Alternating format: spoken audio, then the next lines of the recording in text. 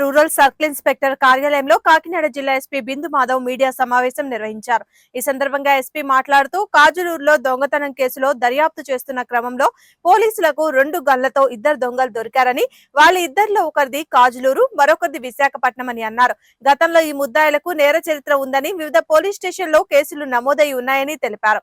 ఒకేసారి లైఫ్ లో సెటిల్ అవ్వాలనే ఉద్దేశంతో బ్యాంకు లేదా ఏటీఎం ను రాబరీ చేద్దామని యూట్యూబ్ ద్వారా సెర్చ్ చేసి బీహార్ లోని మంగళ్ ఏరియాకి వెళ్లి 2 పిస్టల్స్ మరియు 17 బుల్లెట్లను కొనుగోలు చేశారని తెలియజేశారు. మీరందరూ సైలెంట్ గా డిసిప్లిన్ గా ఉంటే చెప్తా.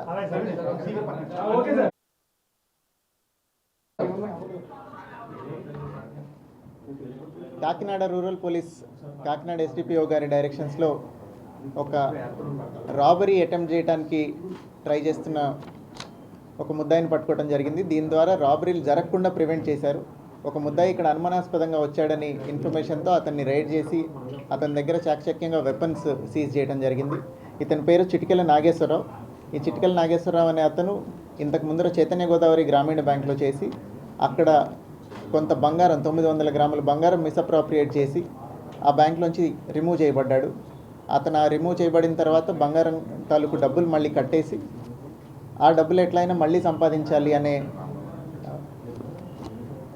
డిజైర్తో రకరకాల దొంగతనాలు చేయడం జరిగింది. ఇప్పటిదాకా ఇతను 7 దొంగతనాలు ఆల్రెడీ చేశాడు. చిన్న చిన్న డే హెచ్బీలు, నైట్ హెచ్బీలు ఇట్లాంటివి. అట్లానే బ్యాంకులో ఏటీఎం ఫ్రాడ్ కూడా ఒకటి చేశాడు. చైతన్య గోదావరి గ్రామీణ బ్యాంక్లోనే ఏలేశ్వరంలో దాని నిమిత్తం కేసు నమోదై ఉంది. ఆ డబ్బులు ఎట్లయినా రికవర్ చేసుకోవాలి. ఈ 40 లక్షలు ఏవైతే అతను బ్యాంక్కి కట్టేశాడో ఫ్రాడ్ చేసి అవి రికవర్ చేసుకోవాలనే ఉద్దేశంతో ఇతను 2 కంట్రీ మేడ్ వెపన్స్ బీహార్ నుంచి కొనుక్కొని వచ్చి వాటిని ఉపయోగించి ఎక్కడైనా రాబరీ చేయాలి అనే ఉద్దేశంతో తిరుగుతూ ఉన్నాడు. ఎక్కడ అనువుగా ఉంటుంది రాబరీ చేయడానికి అని, ఏటీఎం కానీ లేదా బ్యాంక్ కానీ కొల్లగొట్టాలనే ఉద్దేశంతో అతను తిరుగుతూ ఉన్నాడు. కాకినాడ రూరల్ పోలీస్ అట్లానే గొల్లపాలెం పోలీస్ చాకచక్యంగా వ్యవహరించి అతన్ని అదుపులోకి తీసుకోవడం జరిగింది. అలానే 2 కంట్రీ మేడ్ వెపన్స్, దాంతోపాటు 17 లైవ్ రౌండ్స్ సీజ్ చేయడం జరిగింది.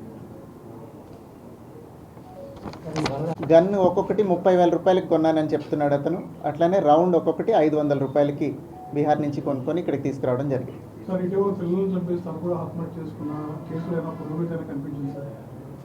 అందులో కదా పురోగతి, it is a clear case of ఆయనే చంపారండి. Father killed both kids and committed suicide. అక్కడ సీన్లో ఏ రకమైన డిస్టర్బెన్స్ కానీ ఏ రకమైన అనుమానాస్పదమైనవి ఇప్పటికైతే కనపడలేదు. దాన్ని ఇంకా విచారిస్తున్నాము. ఫర్దర్గా ఏదైనా ఉంటే మేము ఇంటిమేట్ చేస్తాం.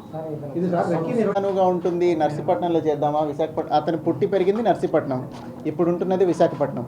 సో ఎక్కడ వీలవుతుంది అని తిరుగుతున్నాడు. ఇంకా మన గొల్లపాలెం లిమిట్స్లో వచ్చినప్పుడు పట్టుకున్నాం. మేము జనరల్గా వెహికల్ చెకింగ్ చేస్తూ ఉంటాము. ఎవరైనా అనుమానాస్పదంగా ఉంటే వెరిఫై చేస్తాము. దానిలో భాగంగానే మీరు సందర్భం బట్టి ఛాన్స్ దొరికింది కదా అని ఇంకా ఎప్పుడే కొనుక్కొచ్చానని చెప్తున్నాడు. అది ఇంకా ఫర్దర్గా విచారిస్తాం.